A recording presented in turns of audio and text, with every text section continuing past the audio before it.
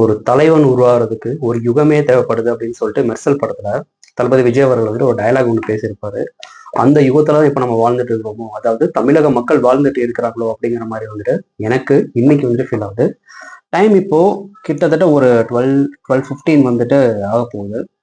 இப்போ results.eci.gov.in, அதாவது election கமிஷனுடைய official வெப்சைட்ல கொடுத்துருக்கிற கவுண்ட் என்னன்னா, டிவிக்கே பார்த்தீங்கன்னா 104 தொகுதி, ஏடிஎம்கே 64 தொகுதி, டிஎம்கே 45 தொகுதி, ஐஎன்சி இந்தியன் காங்கிரஸ் 5 தொகுதி, இது வந்துட்டு ஏடிஎம்கே கூட போகும். கிட்டத்தட்ட ஒரு டிஎம்கே பார்த்தீங்கன்னா ஒரு 50 தொகுதிகளிலும், ஏடிஎம்கே பார்த்தீங்கன்னா ஒரு 65 to 70 தொகுதிகளிலும் பார்த்தீங்கன்னா முன்னிலையில இருக்குது. டிவிக்கே தனி பெரும்பான்மையா, அதாவது தனி ஒரு கட்சியா பார்த்தீங்கன்னா 104 தொகுதிகளில் எந்த கூட்டணியுமே இல்லாம 104 தொகுதிகளில் வந்துட்டு லீடிங்ல இருக்கு.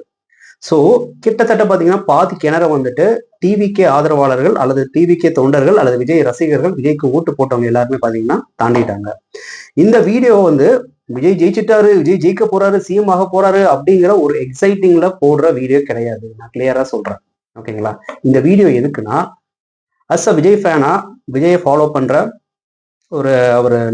எனக்கு ஒரு 30 வயசு பக்கத்துல ஆகுது. இந்த 30 வருஷமா வந்துட்டு எனக்கு தெரிஞ்ச ஒரு மிகப்பெரிய இன்ஸ்பிரேஷன் பார்த்தீங்கன்னா விஜய் அவர்கள் தான்.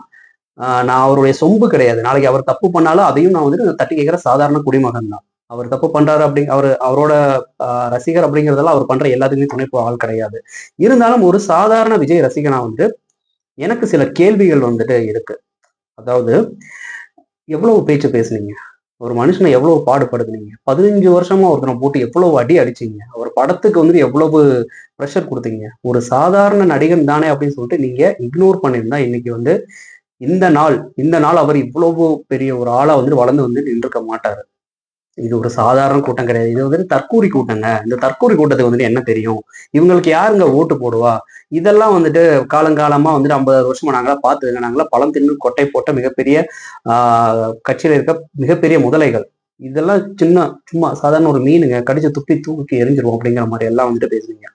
ஒரு நடிகரை ஜஸ்ட் பார்க்க வர்ற கூட்டம் வந்துட்டு ஓட்டா கன்வெர்ட் ஆகுமா அப்படின்னு நீங்க நினைச்சீங்க. அதற்கான பதிலடி தான் வந்துட்டு இன்னைக்கு தபால் ஓட்டு முறையில வந்துட்டு அவர் லீடிங்ல இருக்கிறது. கிட்டத்தட்ட 100 கான்ஸ்டிடியூன்சி தாண்டி போயிட்டாங்க. 1-2 அவர் நிக்கிற இடத்துல மட்டும் தான் ஜெயிப்பார் அப்படிங்கிற மாதிரி சொன்னீங்க. அவர் நிக்கிற இடத்துல மட்டும் தான் லீட்ல இருப்பாரு, அது ஜெயிக்கிற வாய்ப்புலாம் இல்லை அப்படிங்கிற மாதிரி நிறைய முன்னணி பத்திரிகைகள் நேத்து வரைக்குமே பாத்தீங்கன்னா அவருக்கு ஆப்போஸா இருந்தது. ஒருதலை பட்சமா ஒரு சில கட்சிகளுக்கு மட்டுமே பாத்தீங்கன்னா ஃபேவரசம் பண்ணிட்டு இருந்தது. அதையெல்லாம் இன்னைக்கு என்னாச்சு?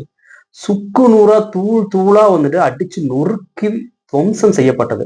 இந்த போஸ்டல் வாக்குகள் வந்துட்டு கிட்டத்தட்ட பாத்தீங்கன்னா கவுண்ட் எல்லாம் முடிஞ்சிருச்சு. 234ல நம்ம வந்துட்டு ஒரு 108 தாண்டி வந்துட்டு லீட்ல போயிட்டு இருக்கோம்.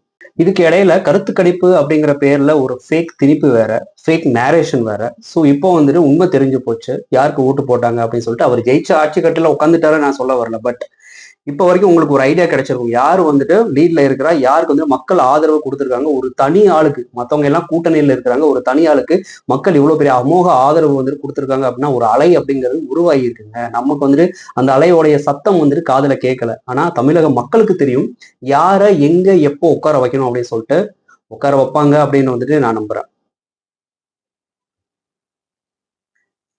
பர்சனல் அலிகேஷன்ஸ் வச்சிங்க, மக்களை வச்சு அவருடைய இமேஜை வந்துட்டு டோட்டலா டேமேஜ் பண்ண வச்சிங்க. அவர் போற கேம்பெயின் ஏதாவது ஒரு பண்ணாங்கன்னா, கேம்பெயினுக்கு பிளான் பண்ணாங்கன்னா அதை வந்துட்டு கொலாப்ஸ் பண்றதுக்கு என்னென்ன விஷயத்துல எல்லாம் ப்ரெஷர் கொடுக்க முடியுமோ அது எல்லாத்தையுமே பண்ணீங்க. பட் அது எல்லாத்தையும் தாண்டி இன்னைக்கான நாள் அவரை விட்டு கண்ணீருக்கு எல்லாருமே வந்து பாத்தீங்கன்னா ஒரு மிகப்பெரிய ஒரு விதையா இருக்கும் நான் நம்புறேன். குறிச்சு வச்சுக்கோங்க. நான் எதுவும் வந்துட்டு இப்ப சொல்ல மாட்டேன். நான் வந்துட்டு முடிச்சதுக்கு அப்புறம் வந்து அதை பத்தி பேசலாம். சர்க்கார் படத்துல வந்துட்டு சர்க்கார் படத்துடைய ஆடியோ லான்ச்ல ஒரு டயலாக் ஒன்று பேசியிருப்பாரு. அவருடைய ஃபேன்ஸுக்கு வந்துட்டு நல்லா ஞாபகம் இருக்கும்.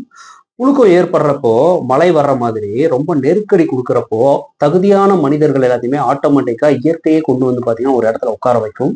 இயற்கை அதை நம்ம எதுவுமே பண்ண முடியாது. அங்க ஒருத்தன் கிளம்பி வருவான், நொந்து நூலாகி அடிபட்டு ஏண்டா அப்படிங்கிற மாதிரி அவனுக்கு கீழே நடக்கும் பாருங்க ஒரு சர்க்கார் அப்படின்னு சொல்லிட்டு அவர் ஸ்டைல்ல.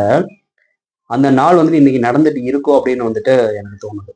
ஆனாலும் ஒரு கோட் ஒன்று இருக்குது, don't celebrate your victory until R unless it confirms.